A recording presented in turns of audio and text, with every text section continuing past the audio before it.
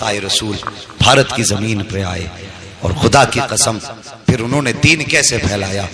एक रस्म होती है गैर मुस्लिमों में, दूध चढ़ाने की मंदिरों में होती है कि नहीं, वो बात अलग है कि नालियों में दूध बहे तो कोई बात नहीं, लेकिन गरीब के बच्चे के पेट में घूंट दूध नहीं जाना चाहिए। ये कैसा धर्म है साहिब तुम्हारा कि बच्चे दूध के लिए भूखे तड़पते रहे और तुम्हारा दूध नालियों में बहता रहे। अल्लाह अकबर, ये इनकी रस्म है, लेकिन ये जानेंगे इनका मजहब है। लेकिन हमारा मजहब इतना सच्चा मजहब है, लोग इसे आतंकवाद से जोड़ते हैं। जरा बताइए, जो मजहब रास्ते की पड़ी हुई ईंट को हटाने पे जन्नत की बशारत दे, उससे सीधा सच्चा मजहब कौन सा मजहब हो सकता है? सोचो तो सही। तो उनका उसूल था दूध पिलाने का, और उसी दौर में एक पंडित जी थे, रोज दूध की लुटिया भरी मंदिर चल देते थे, दूध की लुटिया भरी मंदिर चल देते थे, मंदिर जाया करते। एक दिन बेटी कहने लगी, अब्बा जी आज मैं जाऊंगी दूध लेकर। जब इतनी बात कही ना, आज मैं जाऊंगी दूध लेकर, बाप कहने लगा नहीं बेटी हम खुद जाएंगे। कहा नहीं बाबा मैं जाऊंगी, क्योंकि बेटियां बाप की लाडली हुआ करती हैं। कभी कभी बाप बेटी की ख्वाहिश के आगे मजबूर होता है। बाप ने इजाजत दे दी, बच्ची ने दूध लिया, लुटिया लेकर के मंदिर की तरफ आई। मंदिर में आई, उसे पता नहीं था कि दूध पिलाया जाता है कि दूध बहाया जाता है। आई, आने के बाद मूर्ति के आगे बैठ गई, कहने लगी लो बाबा दूध पी लो। उसने पहले शराफत से कहा दूध पी लो, लेकिन कोई जवाब नहीं आया। फिर कहने लगी दूध क्यों नहीं पीते हो, दूध पी लीजिए। फिर कोई जवाब नहीं आया। बच्ची समझने लगी मेरे बाप तो रोज दूध लाया करते हैं और कहते हैं बेटी मैं भगवान को दूध पिला के आया हूं, शायद मुझसे नाराज हो गए हैं इसलिए दूध नहीं पी रहे हैं। ये बात बच्ची के दिल में आई। कहने लगी बाबा भगवान मुझसे कौन सा पाप हो गया है जिसकी वजह से आप दूध नहीं पी रहे हो। पत्थर था, पत्थर भी कभी बोला करते हैं।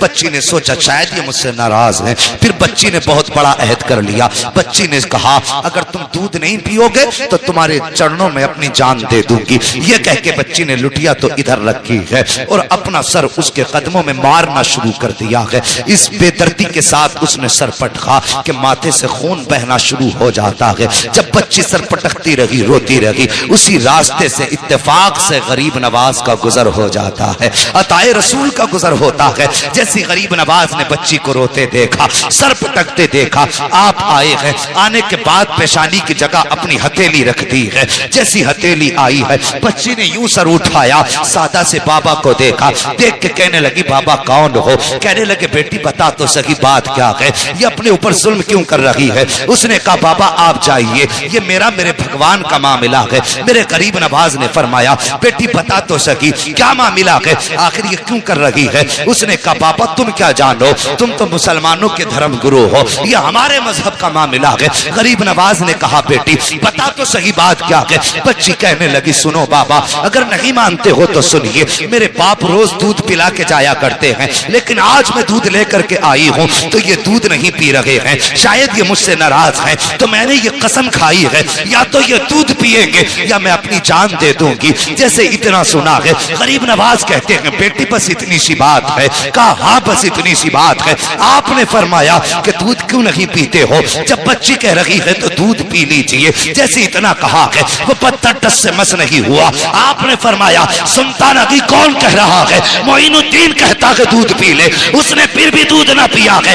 उसके बाद गरीब नवाज ने उसके कान पकड़े और घुमा के कहा पीता क्यों नहीं है। जैसे इतना कहा है पत्थर के हाथ हिलना शुरू हो जाते हैं। उसने प्याला पकड़ा है, होठों से लगाया है, दूध पीना शुरू कर देता है। और पीता क्यों नहीं, कहने वाला कोई आम न जाना था, जबान गरीब नवाज की थी। फैजान मदीने वाले मुस्तफा का हो रहा।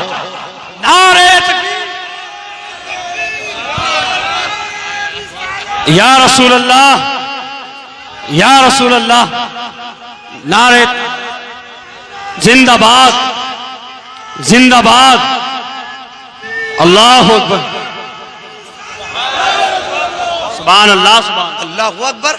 बच्ची ने दूध पिलाया और जैसी चली घर की तरफ उसके बदन पे खून, कपड़ों पे खून, चेहरों पे खून, उसका पूरा बदन खून से लथपथ था।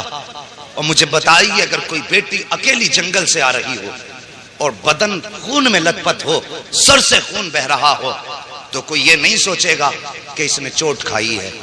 तरह तरह के गुमान लोगों के दिल में आते हैं, तरह तरह के ख्यालात लोगों के दिल में आते हैं।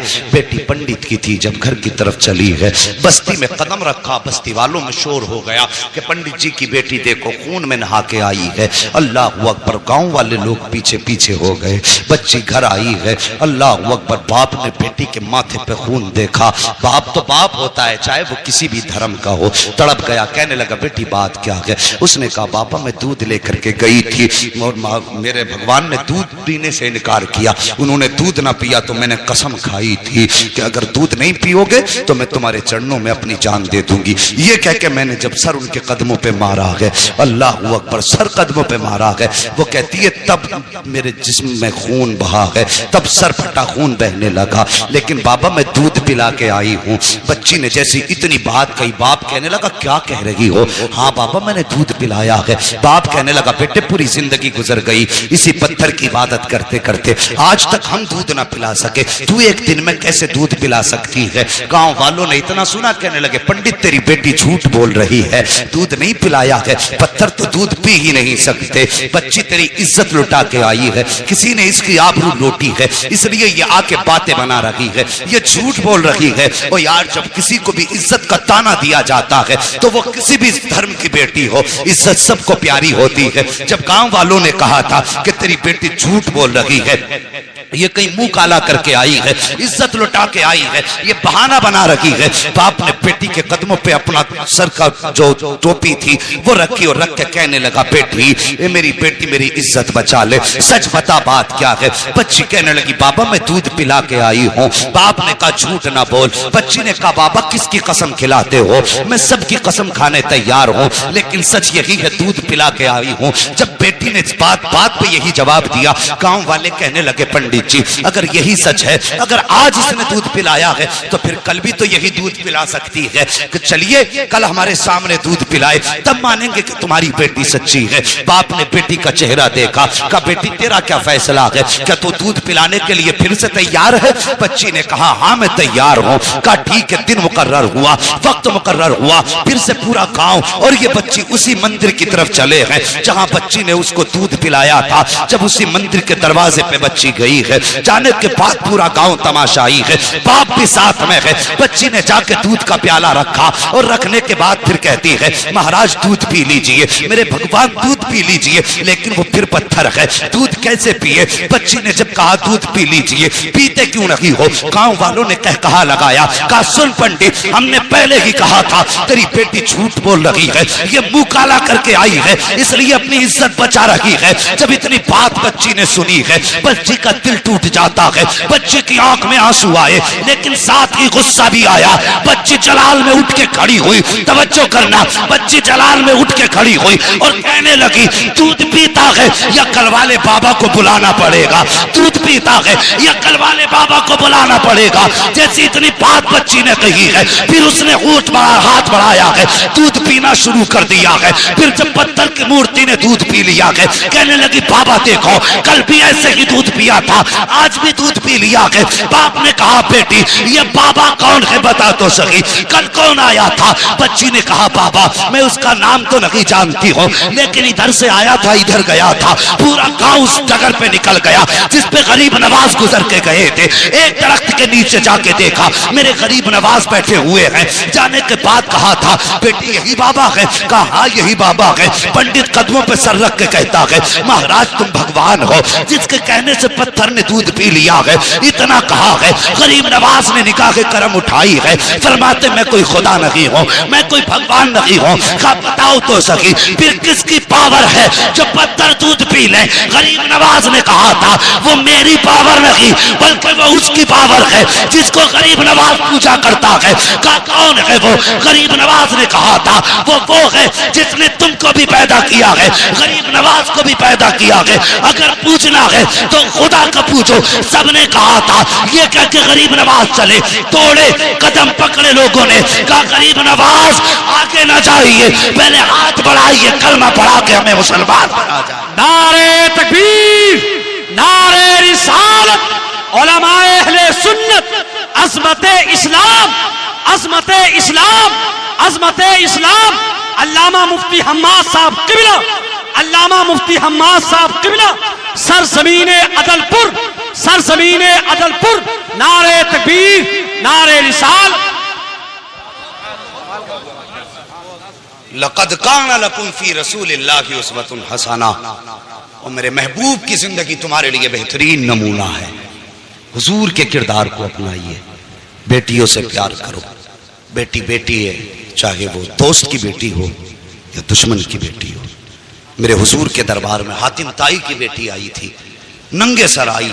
मेरे हुजूर ने अपनी मुजम्मिल वाली चादर सर पे डाल दी, मुजम्मिल वाली चादर डाल दी। किसी सहाबी की जबान से निकल गया, हुजूर ये बरकतों वाली चादर, और एक दुश्मन की और काफिर की बेटी। मेरे हुजूर ने फरमाया चुप हो जाओ, बेटी बेटी हुआ करती है, चाहे वो मोमिन की बेटी हो चाहे वो काफिर की बेटी। और जो काफिर की बेटी को इतनी इज्जत दे, अगर उसकी उम्मत की बेटी की आंख में कोई आंसू दे तो फिर वो सोच ले कब्र में मुस्तफा का सामना कैसे करना है। मेरे हुजूर ने तो फरमाया था मेरी बेटी मेरे जिगर का टुकड़ा है। उस दौर में फरमाया था जब बेटियों को कत्ल करने पे लोग फख्र करते थे, फरमाया था मेरी बेटी मेरे जिगर का टुकड़ा है। खुदा की कसम हुजूर की जबान से इस जुमले का निकलना था, ये हुजूर ही के जुमले की बरकतें हैं।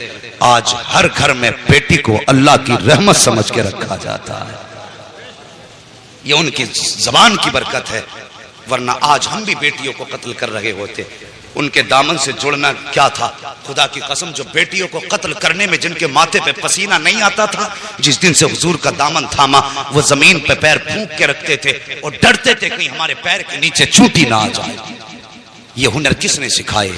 मेरे हुजूर के दामन ने, हुजूर के प्यार ने। जब तक बिके न थे तो कोई पूछता न था, तुमने खरीद कर हमें अनमोल कर दिया। हमारी तो कोई इज्जत ही न थी। आज जो इज्जतों की महराज मिली है ना, खुदा की कसम ये मोहम्मद अरबी के ठोकरों के सदक़े में। अगर फिर सदका उनकी ठोकरों का है तो जवान उनसे प्यार कर, उनसे वफा कर। तेरे घर में बेटी है, बेशक वो तेरे लिए बड़ी रहमत है अल्लाह की, लेकिन एक नजर उसे ये भी सोच के डाल लिया कर कि मेरे हुजूर को बेटी बड़ी प्यारी थी। खुदा की कसम अल्लाह हर नजर के सदक़े में तुझे मुस्तफा के इश्क का सवाब अता फरमाए। करेंगे ना इंशाअल्लाह ऐसे ही। हाँ बेटे मांगो, तुम्हारी मर्जी है सजदों में गिर के, इसलिए कि उनसे तुम्हारा नाम चलेगा। लेकिन कभी रो के रब से बेटियां भी मांग लिया करो, इसलिए कि बेटे नसीब से पैदा होते हैं, बेटियां रब की रहमत बन के आया करती हैं। हाँ बेटी पैदा हो, चेहरा ना बिगाड़ना, मुकद्दर पे नाज करना। अल्लाह ने बेटी दी है, यकीनन कोई नेकी तूने की है जिसकी वजह से अल्लाह तुझसे इतना राजी हुआ है कि तेरे आंगन में बेटी उतार दी है। वो फरमाया गया बेटी क्या आ गया। बस आखिरी बात सुन लो और बात खत्म कर लो। इंशाल्लाह कभी फिर, इंशाल्लाह कभी फिर भाई। नहीं कभी फिर मेरी बात समझिए। मैं ना इंशाल्लाह ये तो खुद नहीं पता है किसी को। उजाले अपनी यादों के हमारे साथ रहने दो, न जाने किस गली में जिंदगी की शाम हो जाए, ये तो किसी का कुछ नहीं पता है। नहीं भाई अल्लाह अकबर। बात कह रहे हैं थोड़ी सी आला हजरत के ताल्लुक से कि थोड़ी सी नहीं दे, मेहरबानी करें मुझे। नारे तकबीर, नारे रिसालत, उलमाए अहले सुन्नत, अल्लामा मुफ्ती हम्माद साहब किबला, अल्लामा मुफ्ती हम्माद साहब किबला, नारे तकबीर, नारे रिसालत, अल्लाह अकबर। बेटियों को देख के मुस्कुरा लिया करो, इससे मुस्तफा भी राजी होंगे, हमारा खुदा भी राजी होगा। और अगर कभी घर में बरकत ना हो ना, कभी घर में बरकत ना हो और तुम्हें लगता हो आफतें आ गई हैं, बिजनेस बंद है, काम ठप है, जो भी करते हैं कोई ना कोई मुसीबत लग जाती है, फरमाया फिर मुसल्ला बिछा, 2 रकात नमाज पढ़।